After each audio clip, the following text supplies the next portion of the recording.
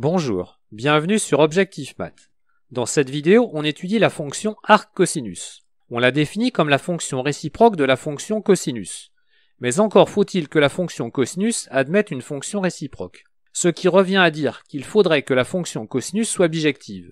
On connaît la fonction cosinus, et il est immédiat de constater qu'elle n'est pas injective. On va la restreindre à un intervalle sur lequel elle est strictement monotone, et on choisit l'intervalle fermé 0π. La restriction de cosinus à cet intervalle est bien injective, mais elle n'est pas surjective. Pour assurer la surjectivité, on va aussi restreindre l'ensemble d'arrivées à l'intervalle fermé -1. Ainsi, la fonction arc-cosinus est la réciproque de la fonction cosinus, restreinte à l'intervalle fermé 0π au départ et à l'intervalle fermé -1 à l'arrivée. Ainsi, la fonction arc-cosinus est définie de l'intervalle fermé -1 à valeur dans l'intervalle fermé 0π. Donnons sa représentation graphique. On commence par représenter la fonction cosinus, mais seulement sur l'intervalle 0π. Pour obtenir celui de arc-cosinus, on va tracer le symétrique de celui de cosinus par rapport à la première bisectrice. Pour obtenir un graphe correct, on commence par tracer les tangentes au point de coordonnées -1π et 1, 0 qui sont parallèles à l'axe des ordonnées, ainsi que la tangente au point de coordonnées 0π sur 2 qui a une pente égale à -1. Il n'y a plus qu'à tracer le graphe de arc-cosinus, en prenant soin de respecter la position du graphe par rapport à ces tangentes. La fonction arc-cosinus est décroissante sur l'intervalle fermé -1. La fonction arc-cosinus a une imparité généralisée par rapport au point de coordonnées 0π sur 2.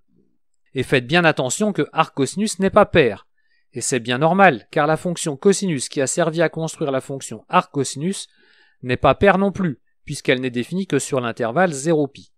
La fonction arc-cosinus admet la droite d'équation y égale π sur 2 moins x au point de coordonnées 0π sur 2. C'est la même tangente que celle de cosinus au point de coordonnées π sur 2, 0. Arc-cosinus admet au point de coordonnées -1π et 1, 0 des tangentes parallèles à l'axe des ordonnées. Ce ne sont pas des asymptotes. Les points -1π et 1, 0 sont atteints, mais la courbe ne va pas au-delà. La fonction arc-cosinus est continue sur l'intervalle fermé -1, car la fonction cosinus est continue sur l'intervalle fermé 0π. Mais nous allons voir que arc-cosinus n'est dérivable que sur l'intervalle ouvert -1. Nous voyons maintenant les liens entre les fonctions arc-cosinus et cosinus, qui découlent du fait que arc-cosinus et cosinus sont réciproques l'une de l'autre.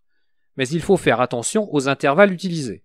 Pour tout y de l'intervalle fermé -1 et tout x de l'intervalle fermé 0π, y est égal à cosinus de x si et seulement si x est égal à arc-cosinus de y. Pour tout x appartenant à l'intervalle fermé -1, cosinus de arc-cosinus x est égal à x. Pour tout x appartenant à l'intervalle fermé 0π, arc-cosinus de cosinus de x est égal à x. Et si l'on veut travailler en dehors de l'intervalle 0π, on pourra par exemple écrire pour tout x réel et tout y réel de l'intervalle fermé -1, y est égal à cosinus de x si et seulement s'il existe un entier relatif k, tel que x soit égal à 2kπ plus arc-cosinus de y, ou x égale à 2kπ moins arc-cosinus de y. Il est possible de préciser la valeur de k si on se limite pour x à des intervalles bien choisis. Nous donnons maintenant une petite formule.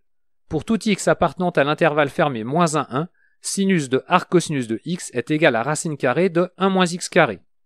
Pour la démonstration, on considère un réel x dans l'intervalle fermé -1. On pose y égale à arc-cosinus de x, et par définition de arc-cosinus, y appartient à l'intervalle fermé 0π. Sinus au carré de y est égal à 1 moins cosinus au carré de y, qui est égal à 1 moins x carré. Mais comme y est compris entre 0 et π, son sinus est positif. Donc sinus de y est égal à racine carrée de 1 moins x au carré. Nous étudions maintenant la dérivabilité de la fonction arc-cosinus. Arc-cosinus est dérivable sur l'intervalle ouvert -1, et pour tout x appartenant à l'intervalle ouvert -1, la dérivée de arc-cosinus au point x est égale à -1 sur racine carrée de 1 moins x carré. Et l'on en déduit que la fonction arc-cosinus est de classe C infini sur l'intervalle ouvert -1. La fonction cosinus est dérivable sur l'intervalle fermé 0π, et pour tout x appartenant à l'intervalle 0π, la dérivée de cosinus au point x est égale à moins sinus de x, et donc la dérivée de cosinus est non nulle sur tout l'intervalle ouvert 0π. Comme l'image directe de l'intervalle ouvert 0π par la fonction cosinus est l'intervalle ouvert -1, on en déduit que arc-cosinus est dérivable sur l'intervalle ouvert -1. Et la formule de dérivée d'une fonction réciproque nous donne, pour tout x appartenant à l'intervalle ouvert -1, la dérivée de arc-cosinus au point x est égale à 1 sur la dérivée de cosinus au point arc-cosinus de x. c'est-à-dire égale à moins 1 sur sinus de arc cosinus de x. Et grâce à la formule précédente, cette expression se simplifie en moins 1 sur racine carrée de 1 moins x carré. Par contre, la dérivée de cosinus s'annule en 0 et en pi. La fonction arc cosinus n'est donc pas dérivable en cosinus de 0 ni en cosinus de pi. Il nous reste à étudier le lien entre les fonctions arc sinus et arc cosinus. On a pour tout x appartenant à l'intervalle fermé moins 1, 1, arc sinus de x plus arc cosinus de x est égal à pi sur 2. Considérons f la fonction qui a un réel x associe arc sinus de x plus arc cosinus de x. F est définie et continue sur l'intervalle moins 1, 1 fermé. F est dérivable sur l'intervalle ouvert moins 1, 1 et il est facile de vérifier que pour tout x réel de cet intervalle ouvert, la dérivée de f en x est nulle. On en déduit que f est constante sur l'intervalle fermé moins 1, 1. Comme f de 0 est égal à pi sur 2, on en déduit que pour tout x appartenant à l'intervalle fermé moins 1, 1, arc sinus de x plus arc cosinus de x est égal à pi sur 2. Juste une petite remarque, f étant constante sur l'intervalle fermé moins 1, 1, elle est aussi dérivable en moins 1 et en 1. Mais ce n'était pas évident à partir de son expression. Voilà, cette vidéo est terminée, vous pouvez me laisser des commentaires et me poser des questions. À bientôt sur Objectif Math.